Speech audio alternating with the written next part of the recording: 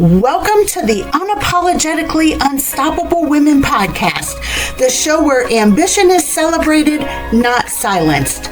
Lori, Ann, and Angie are your hosts, and each week we dive into real, unfiltered conversations about women doing extraordinary things in their lives and in their businesses. Here we don't shrink to fit expectations or apologize for our success. We share stories that are inspiring, hilarious, and always authentic, because becoming unstoppable isn't about perfection, it's about persistence. So grab your coffee, get comfortable, and join our community of women who know that no is a complete sentence and there are no limits to what we can achieve together.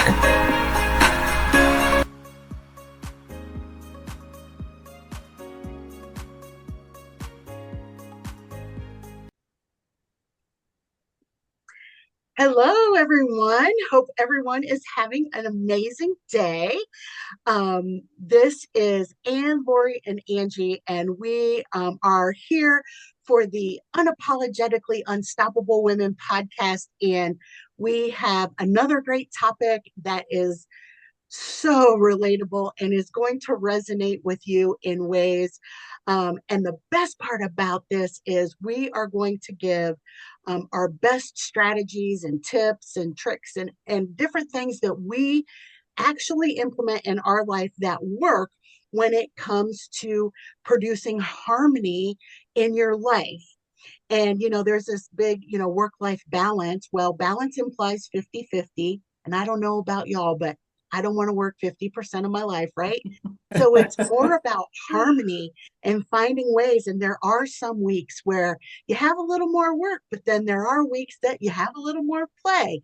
And it's just all how it harmonizes together. So we're going to talk about different things we use for stress management and preventing burnout. And then how do we nurture both, like our lives, our businesses, our careers. And so I know you're going to get lots of value out of the episode.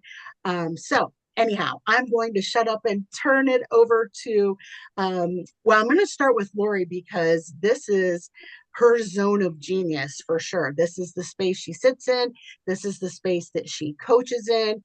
And she is really the guru of the group when it comes to having this harmonious life and then having so much joy in our, isn't that what we all want? Yes. And unfortunately, we don't always get it, but it's there for us to capture. Yeah, and the number one thing that I use, and I use it all the time, is breathing. And well, yeah, we all breathe, right? We have to. If you're not breathing, you're dead. But breathing properly, what I like to say, breathing for calm. And not to get too technical, but there's a lot of buzz about the vagus nerve. And the vagus nerve, the reason why it's important is because it's the longest nerve in the body, and it connects the brain with all your major organs. And it is one of the keys to whether you're in or flight or rest and restore. And we can manage that with our breath. And people say just breathe, and then I see people like their chests are they're breathing up here in their chest, and that's your fight flight breath. That's setting your body up to run or to fight, and that's not the breath that we want. We want our belly to expand. And ladies, it doesn't matter if your belly expands. We have a tendency to hold our bellies in, and especially when we're stressed, that's the last thing you want to do. You really want to push that belly out. And if I can, I'd like to just go through a quick exercise.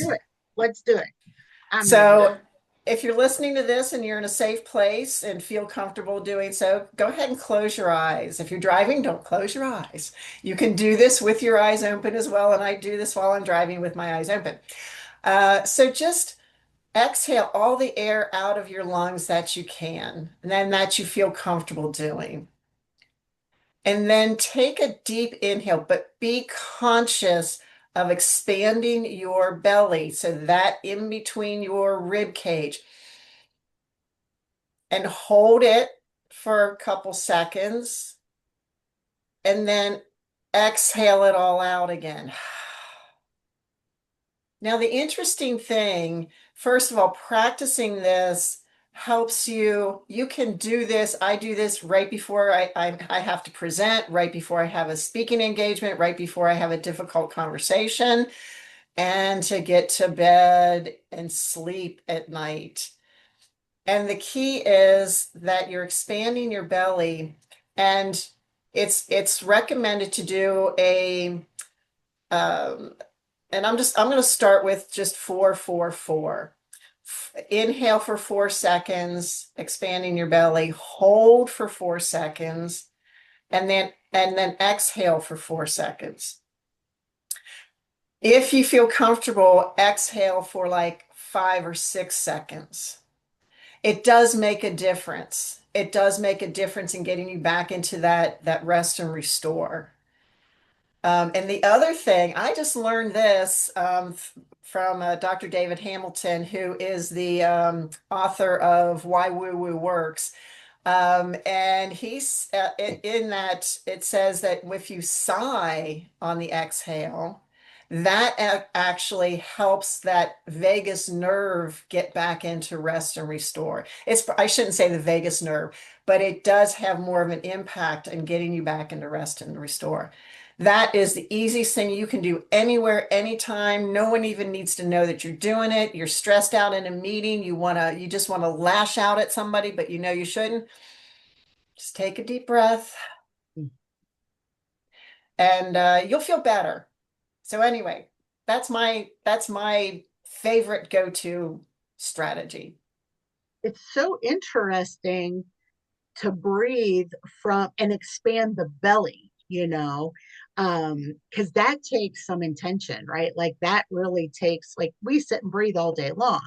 And, the doctor says, take a deep breath for me. Well, we all go, in our Exactly. right? Like that's, and so that's what we're used to. But to do that and expand our belly really takes some intentionality behind it. But I think that focus too also redirects your thoughts, and it's like, okay, I'm safe, I'm calm, I'm getting restored, Right.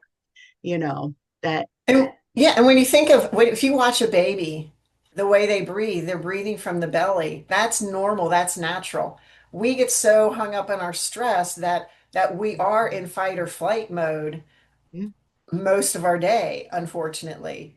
And that when you expand your belly, the diaphragm, you're pulling the diaphragm down, and that's what's telling the vagus nerve that you're okay. And ah, so it can put you into rest and restore. Because as long as you're breathing up in high in your chest, you're telling your body you are in danger. interesting. That's It's the way fascinating. the body works. Yeah. I want to go to because you know how I love to challenge everything you guys say. Yeah. Like my weekly, I get to ask a question. But so you made the comment, we live our day in fight or flight. Why? Why do we make that choice to Ah. live our day in fight or flight? Mm, So I like if breathing will take care of that. But that if breathing is a conscious intentional choice, living in fight or flight has to be a conscious intentional choice. Mhm. That is a beautiful, beautiful question. Yes. Why do we do it? Because we're just on autopilot. And our brain, this is the other cool thing, not cool thing, but cool thing. Our brain is trying to keep us safe. So your brain is pointing out everything that could potentially go wrong. Your brain is pointing out danger because it's keeping you safe. But at the same time, it's keeping you in fight or flight because everything there's so much, when all these protective agencies in our body were being created, we didn't have, I mean, this is back millions and millions of years ago, we didn't have all these distractions, and we didn't have the news, and we didn't have, the drama, other than you might see a saber-toothed tiger.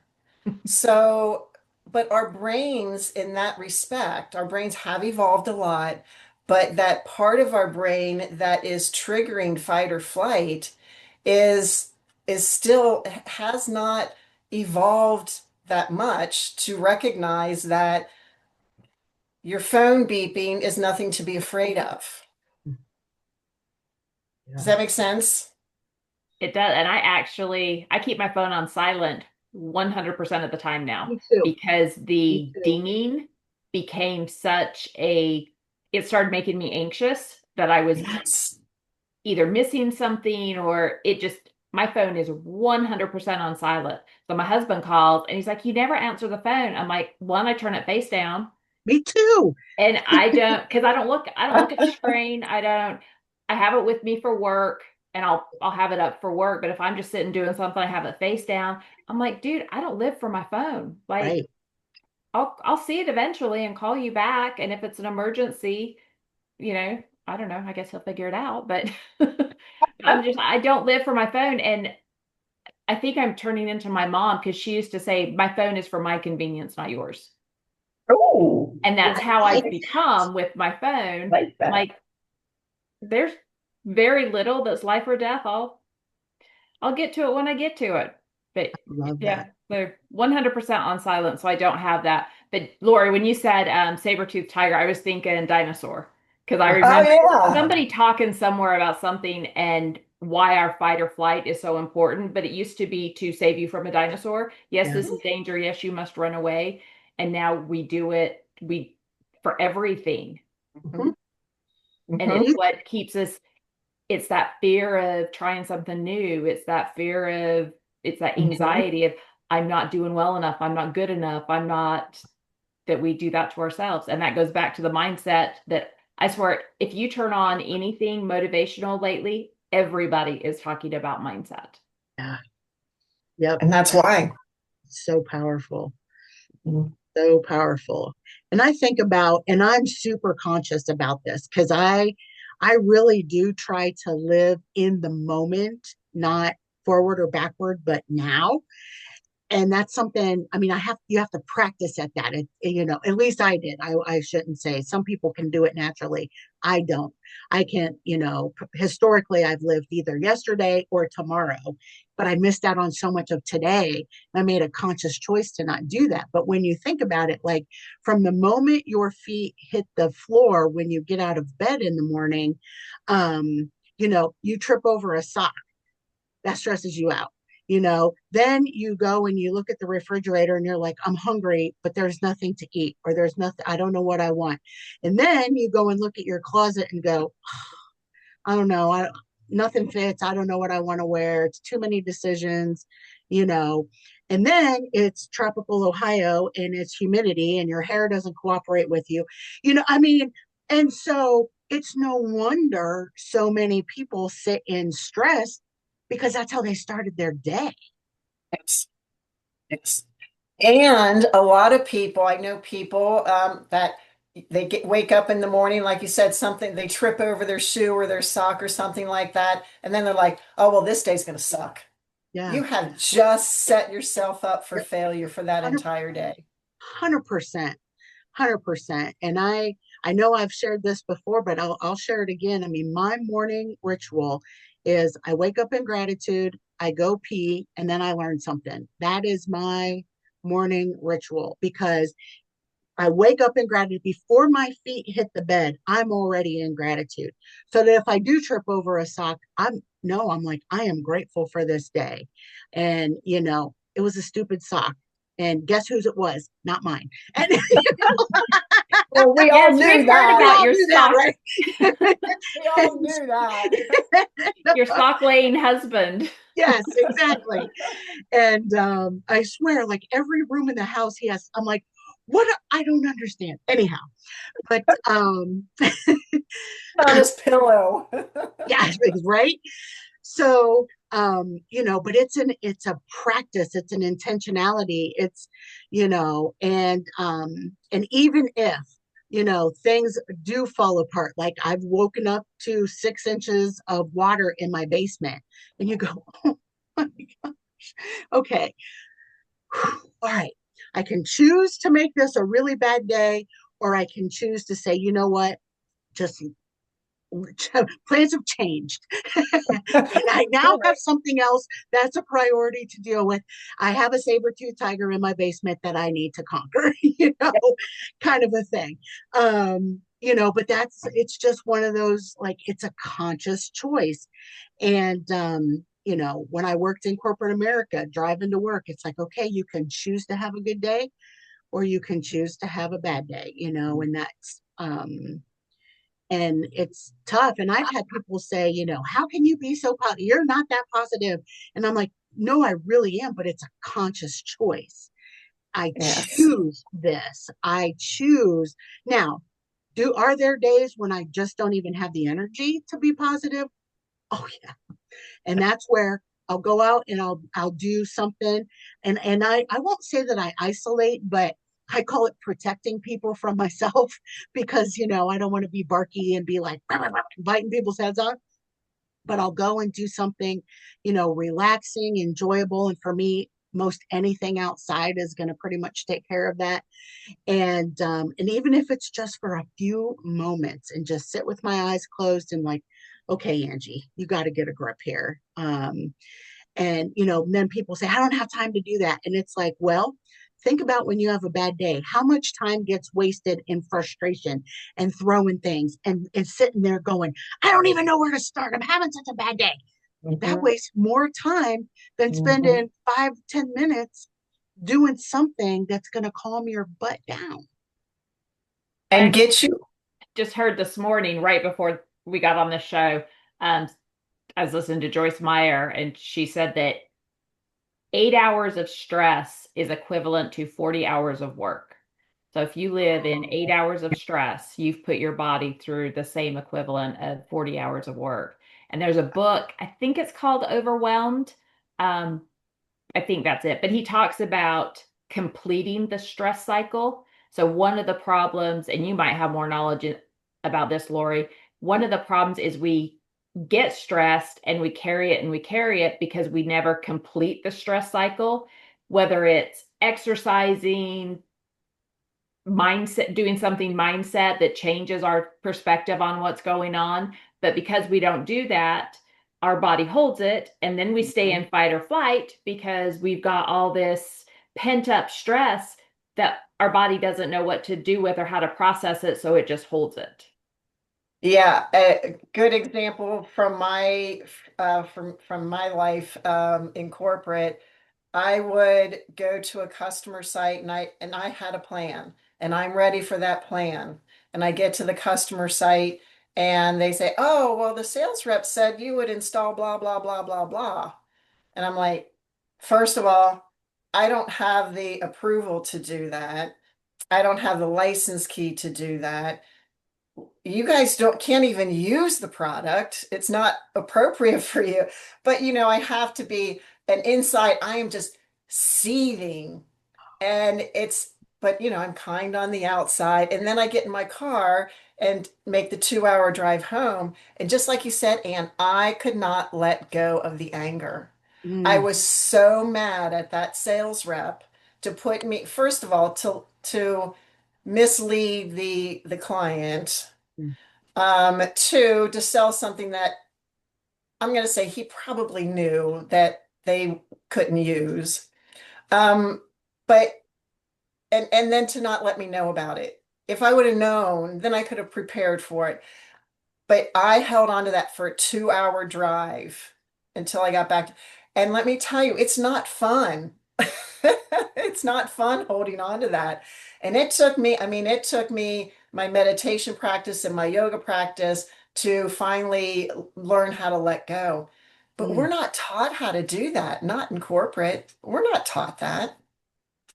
Ladies, do you find that when you're stressed, you actually look for other things that stress you out? Like, you might, like when I'm stressed, it's like I literally notice every damn sock that John leaves around this whole entire house. Like Yeah.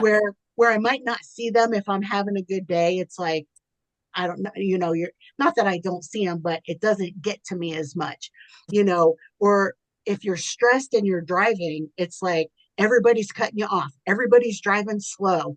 It's like you're looking for the stress, and then the converse is true, at least for me, is whenever I have a positive mental attitude and I'm going and I'm intentional about things, and it's like, okay, traffic sucks and I like to drive really fast, but I get to look at, I just noticed a farm that I hadn't seen before. And it's so cool and beautiful to see the horses out in the pasture, you know. And so it's almost like whatever space you're sitting in, that's what you're looking for. Do you ever experience that? I have, Yeah. and it's actually a real thing. It's a part of your brain called the reticular activator, Oh, see? and it does. So you go buy a new car. You buy this beautiful red car. Nobody else has this car. You drive it off the lot. You see seven between the car lot and the stoplight. It's because your brain is now looking for that. So it is an actual real thing that when you're looking for trouble, you're going to find it because you're telling your brain that's what we're looking for. So that's again going back why mindset is so important. If you start changing your mindset and doing things differently and looking for new things, the reticular activator will pick that up and change what you're looking for and what you pay attention. It's not that you didn't see it before, it's that you didn't pay attention to it, that you saw it. So you've seen those socks 75,000 times. It's just some days you care and some days you don't. And on the days you care, you really, really care. So Right. it's your brain. Yep. Yep. And because your brain, if you look at all the things that are around you, your brain cannot absorb everything. If you think Mhm. about all five senses, what you feel, what you see, what you hear, what you take, all five senses, your brain cannot let everything in. And if it did, you would go insane. Yeah. And so, exactly what Anne is saying, the brain is filtering out everything that it thinks you don't need or want and filtering in the things that you're essentially inviting in. Oh, interesting. It was a thing and I didn't even know it was a thing. It's a thing, it's a real life thing, and you can't even remove it. It is what it is. It's what it Right. You have to change what you think. is. Yeah. Yeah. Because I'm one, I I mean, I sound like a broken record, but I can get so taken in by nature because it's so, even the dead grass, there's beauty that can be found, in things. And so I am conscious about that, and I will notice, the one little flower growing in a big old pile of weeds, because that's what, I'm always looking for the beauty in nature because that's just something that brings me joy and it helps calm me down and it helps refocus my mind, but I also take in, like, what am I smelling? Sometimes it's a skunk. I live in the farm country. Sometimes it's pig poop, but I can hear the rooster crowing, from over a mile away, and the wind's blowing and carrying that cockadoodle doo. And that might be annoying to some people, but I think it's awesome. And to hear the birds and even just the squirrels flapping around in the trees, up above me and stuff. You know, all of that stuff I just am so conscious of that it gives me a calming effect. I'm right there with you. Nature Yeah. makes me so, so, so happy. And animals, I mean, you guys know animals are my jam for sure. So I'll be driving. I will see an animal 9,000 yards off the street. Go, look. And my husband's like, what are you looking at? I'm like, there's an animal. It's like, I didn't even see that. But a flower, I've been with Mhm. clients out doing stuff, and I'll save a praying mantis because it's on the ground and somebody's going to step on it, and they're like, you just picked up a bug. I'm like, ah, Yeah. it's what I Yeah. do. It's how I'm getting into heaven. Yeah. I save things and I recycle. So when God's on the edge of whether or not I've been a good human, he's like, that last praying mantis, she's in. Okay, then I might actually make it into heaven too, because I save bugs and I recycle. Push bugs. Uh-oh. What's that say about me? I only smush them if they're in my house. If they're outside, I let them be. But if they're in my house, you can't So you can't live here. I got it what's called this is off the topic, a bug zuka. And What? it I can suck in a bug into it and then let it release it outside. Oh, funny. There you Like, go. I wonder what the breathing pattern of that bug is when it's getting sucked into the I bug know, hookah. I know, but well, it's out of my house and Maybe it you should won't. tell it, breathe from your stomach, little That's bug. right. so sometimes I suck them up in my sweeper. Is that close? Somehow I think they're different.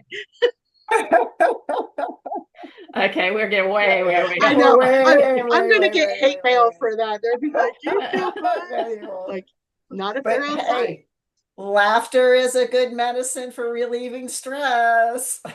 Absolutely.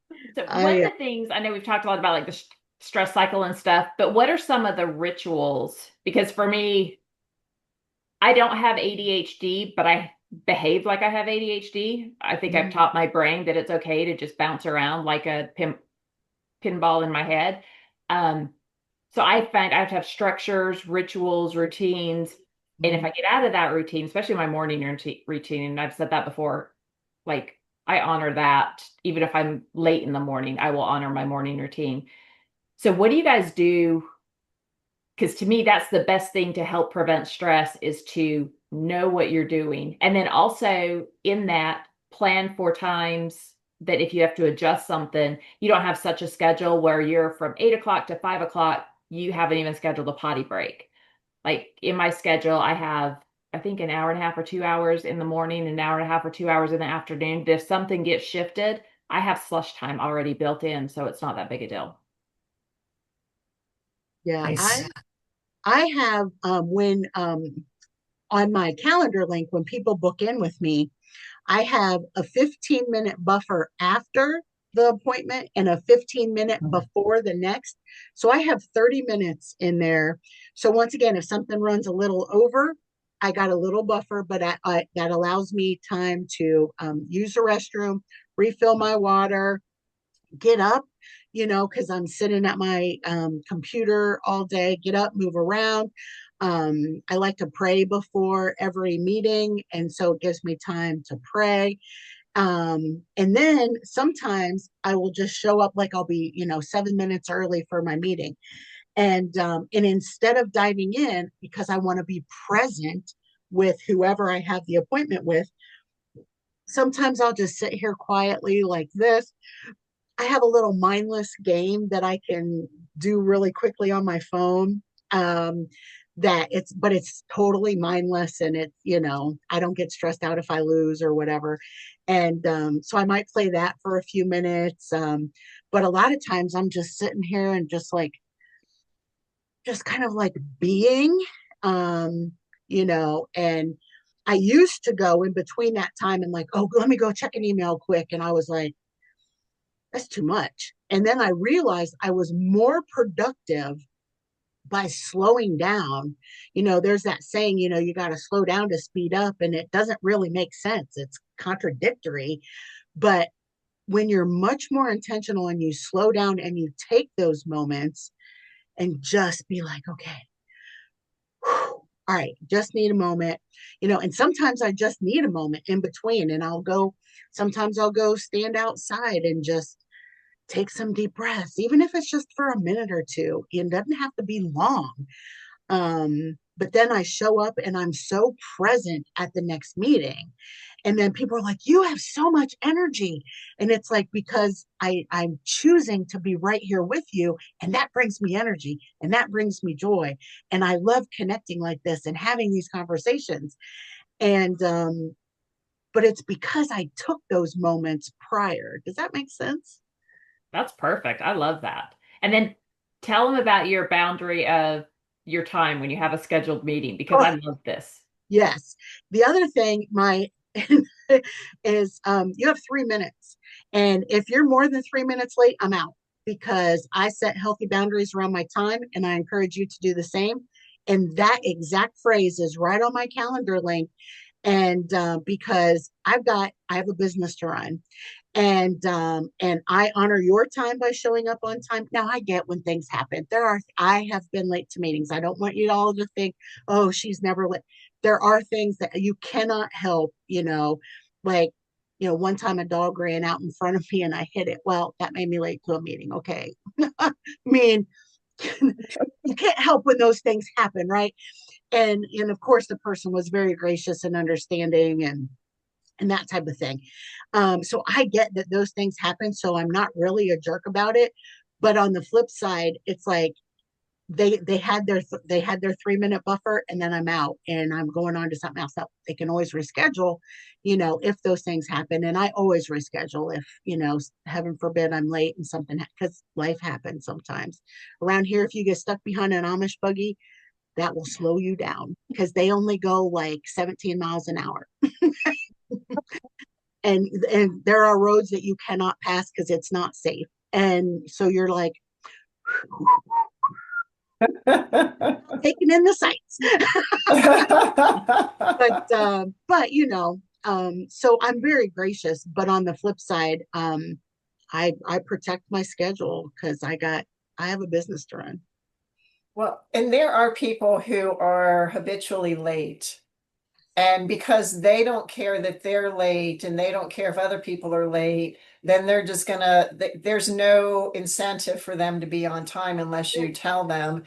And I have the say, I give 5 minutes. I will give 5 minutes because for the same reason, I don't want to feel, because I would feel guilty if after 5 minutes, if I didn't say something and then shut down the meeting, I would feel bad if they Mhm. came in at 6 minutes. But if they know, then I'm being open with them, and it's just it is what it is, and I can move on to something else. Yep.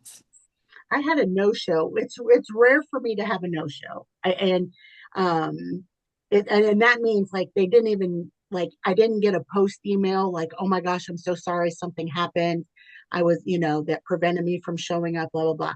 I mean, this woman, she just ghosted me and no showed. So I always send a message, and I send the same message, and I'm sorry I missed you at today's call. I hope you're okay because there are emergencies that happen. Understand that. And so she never responded, nothing. And then she sends me an email and said she chose to meet with someone else at the same time. And then she wanted me to jump on her calendar.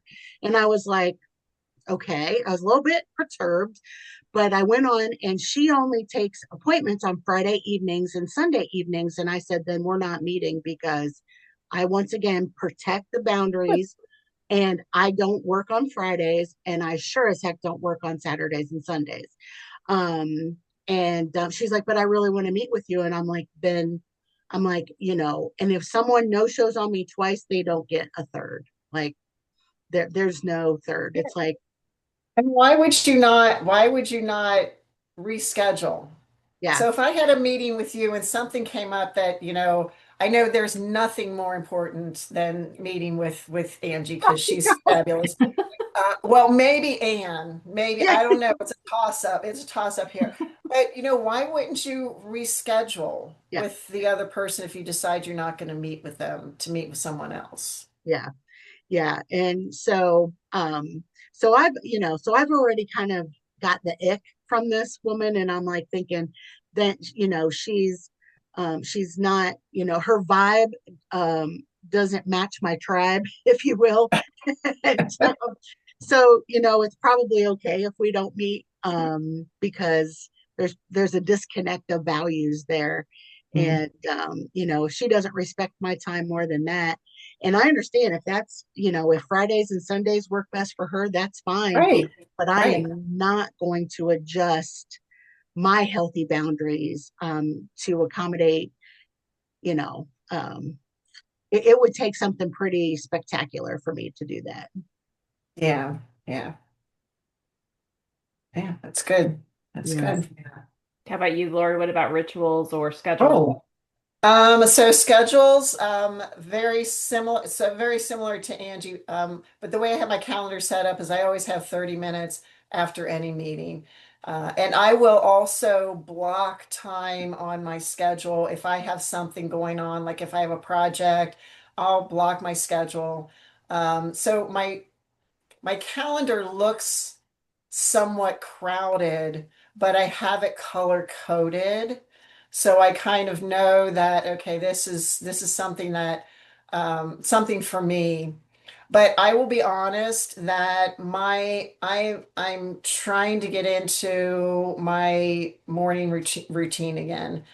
Mm. So it's probably been 4 years since I've been in a regular routine, but that routine used to be getting up and doing some stretches. Maybe it might be yoga. It might just be, I've had shoulder surgery and I've had a bad back. So there are exercises that I would do for shoulder and back that I would do on a regular basis every morning. I'm not doing those. And of course, then I would do my meditation. And my meditation practice is really sporadic. And when it is sporadic, that's like my baseline. And when my meditation practice is sporadic, so is my life. Mm. And very much so. And I know when I could just sit and meditate for one day and it'll make a difference for a week. But Wow. when I do it, and I used to do it regularly every day for 30 minutes, sometimes twice a day, there was so much, I mean, just I just felt like you couldn't upset me. I mean, you'd have to shoot me to upset me. And now like little things will get under my skin. So, these rituals are real with respect to these positive rituals Mm. are real in that they really do help to, I'm going to say there's no science to this, but I feel like it trains my autonomic nervous system for calm, as Mm. opposed to, if you're, Dave's bad at this. He loves watching those shoot 'em up, movies and stuff. And I'm like, no, why? And you wonder why you can't sleep at night.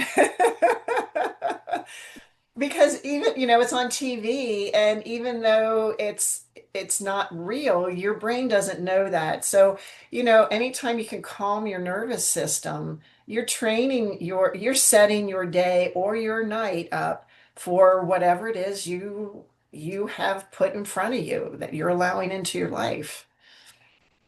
So, I yeah. love that. I love that you know that your body is telling you you need to be doing this because you feel better. Yes. Same thing when I miss my morning routine, it's my body going, you know better. Like, dude, you're old. You know you're supposed to do this.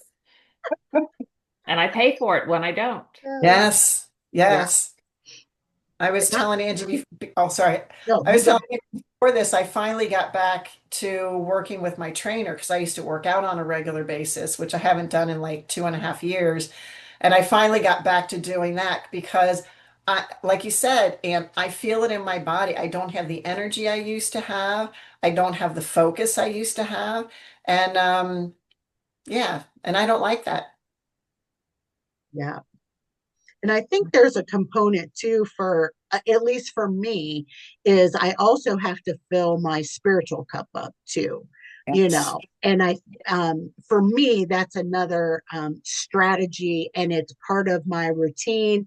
It's something that if I do miss it, like if I'm traveling and I forget my book that I read every day, I miss it. Like I feel like oh, it's like I just miss it.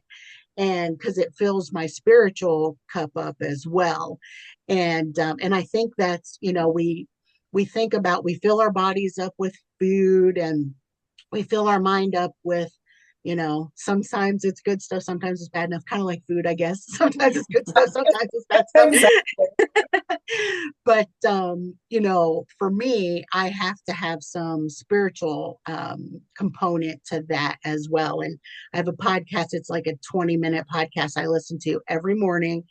And that is Christian based, and then I read as part of my morning routine and ritual, and I do that like after my learning, whatever I learn.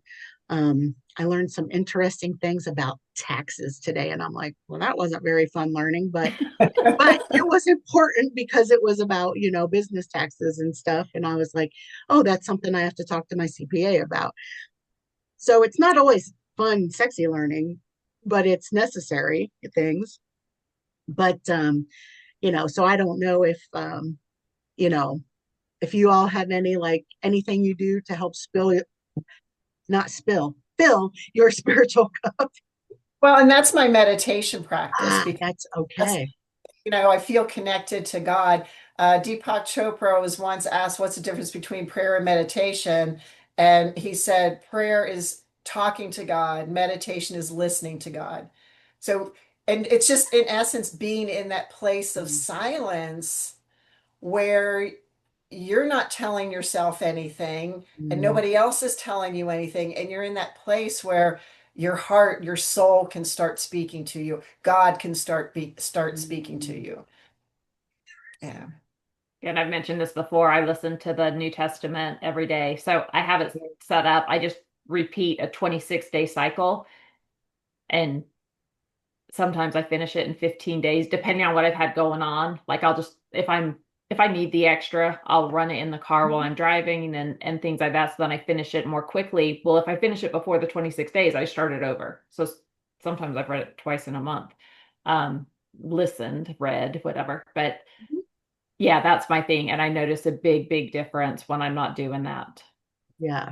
So because yeah, I think, you know, a lot of people talk about this mind body connection, and, but there's such a spiritual Spirit. component that is often gets overlooked, but I think it also, when it does get overlooked, I think a lot of people are hurting because their spiritual cup isn't full. And, you know, I, I for me, that spirituality is what keeps me grounded, not only grounded, but feeling safe.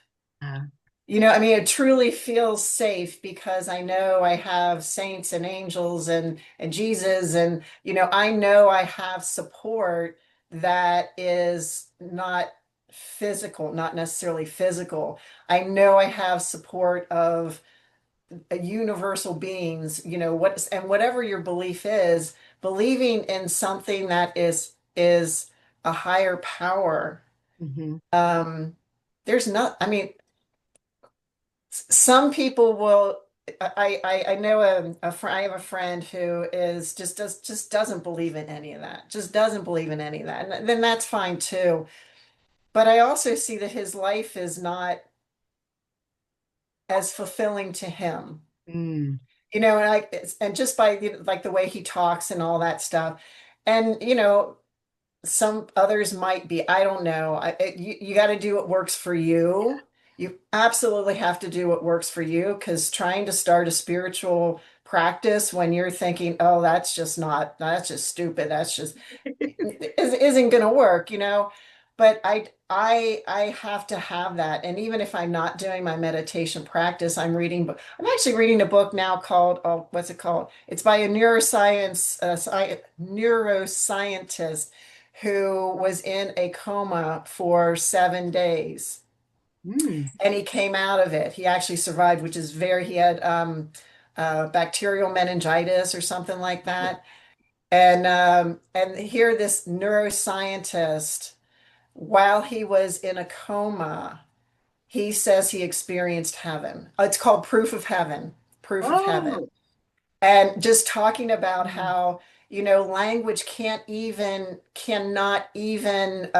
begin to explain what I saw, what I felt.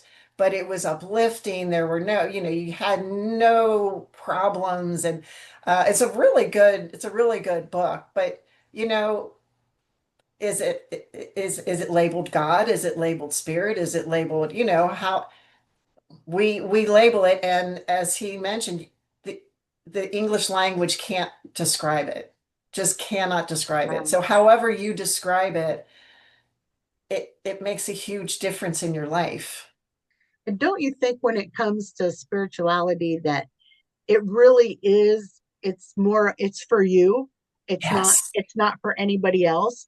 And so, for anyone who thinks that they might have to like describe it or put it into words, I would say, no, you don't. If it feels right to you, if it's connecting with you, if it's filling that spiritual cup, don't feel like you have to give it a label. Um, Right. Right. If it brings joy, keep it up. yeah. Exactly, exactly. Because, yeah, I mean, looking for those moments to have a fulfilling life. And, I think so many times when we, just like definition of success, everyone has their own definition of success. That's the same thing with fulfillment. It's like your life's fulfillment. It's like, and some people get so focused on, it's that cliche, you get so focused on making a living that you forget to live your life. And, that to me doesn't, that's not my definition of fulfillment, you know, and, and so I think so many times we just get on autopilot and, and it's been forever and always, you've worked 60, 70 hours a week, and that's just what you do. And then you're the taxi of all the children and the neighborhood children and the things, and then you provide all the snacks and make all the meals and meal prep and, all that kind of stuff. And, but how much have you missed out on, and even things like, and I've learned this, like going to sporting events and watching my nephew play football. I used to be crazy about trying to get that perfect shot and trying to catch him in that perfect motion that I missed the game because I was so focused on, because I was present, but my priorities were mixed up. And I was so focused, my priority was getting the perfect shot, not enjoying watching Harley play football.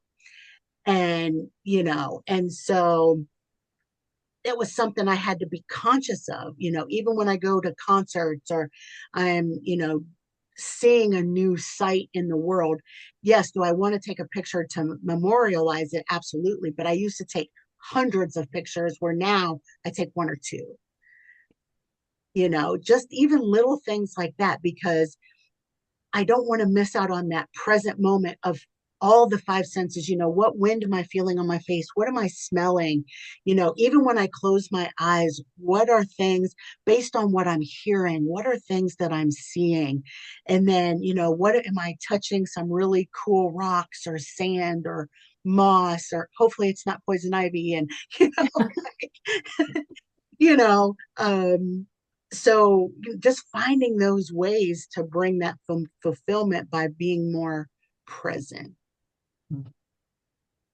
I think that was a perfect segue into just bringing it all back around to, what are those practical tools for harmony? What does it take? What is your routine? What does it take you to do is it looking at nature? Is it watching shoot 'em up movies on, which I'm not gonna lie, I'm with Dave. I like a good shoot 'em up Me movie. too. When I want something to engage me, I listen to loud, super, super active. The rest of the time when I'm watching TV, I'm watching something I've seen 10,000 times because I haven't paid attention to it the other 9,999 either, and I'm not going to this time. But when I want to be present, I watch something really loud and active. Yeah. So I totally get it. I'm on board with that. Sex But and just violence. Those are my finding those things that make us feel like we're alive, like our it all works for us in some form or fashion. Mhm. Yeah. That's right. Yeah. Yep. And if a movie has sex and violence in it, I really like Okay, so that's next week's topic. Next, sex, love, and drugs. it. There you go. Stay uh, tuned. yeah. But, and I think, this last little couple of takeaways is, it's got to be intentional, though. It's not something that is just going to come to you naturally. You've really, and sometimes you might have to kiss a few frogs and try a few things and go, okay, that didn't work for me Yeah. at all, Yeah. but try something that does work for you, and keep going until you find those things that really do give you that fulfillment, not only in your work but also in your life. Lori? Yes, absolutely. Oh yeah, just the same. I have nothing to add to that other than find what works for you, even if you do it in little snippets. Just do it. Just do it. It doesn't have to be for big chunks of time, just a minute or two. Right. You believe me, you have time for a minute or two. Yes, exactly. And it will make a huge difference. It Huge will make a difference. huge difference. So even though I say don't sit for 30 minutes all the time, I will sit like before a meeting. I'll just sit and close my eyes for a minute, just breathe and set my intention for the meeting. What do I want to provide here? What do I want to get out of it? And that's setting the intentionality and just being present. It's so important to be present. Well, and I feel like I say this in every single show, but I think it's true in every single show. Um, if what worked for you at one point in life doesn't work for you anymore, it doesn't bring you that harmony and that peace, and it's not giving you that level setting, then change it. As we get older and mature, different things are going to hit us at different times in different ways. So just figure out if you're doing the things you've done and you're still in that fight or flight, examine why that is and switch it. Maybe you need to drop something. Maybe meditation sucks and you just can't do it anymore. Who knows?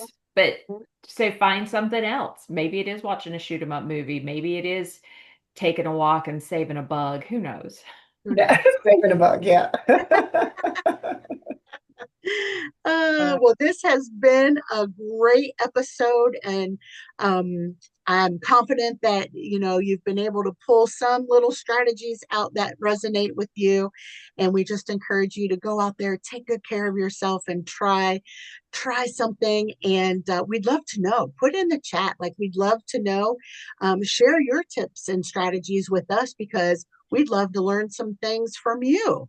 And if you really like this episode and you think, oh, my bestie needs to hear this, give them a gift and just shoot them the link and say, hey, I really think you would appreciate listening to this podcast episode. So anyhow, thanks for being here with us today.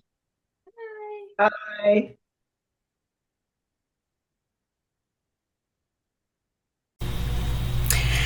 Thank you for tuning in to another episode of the Unapologetically Unstoppable Women podcast. If today's conversation fired you up, inspired you, or made you laugh out loud, don't forget to hit subscribe and share this episode with another unstoppable woman in your life. Remember, you don't have to apologize for your ambition, and you never have to shrink to fit someone else's expectations. Keep showing up, keep breaking barriers, and keep living life on your own terms. Until next time, stay unapologetic, stay unstoppable.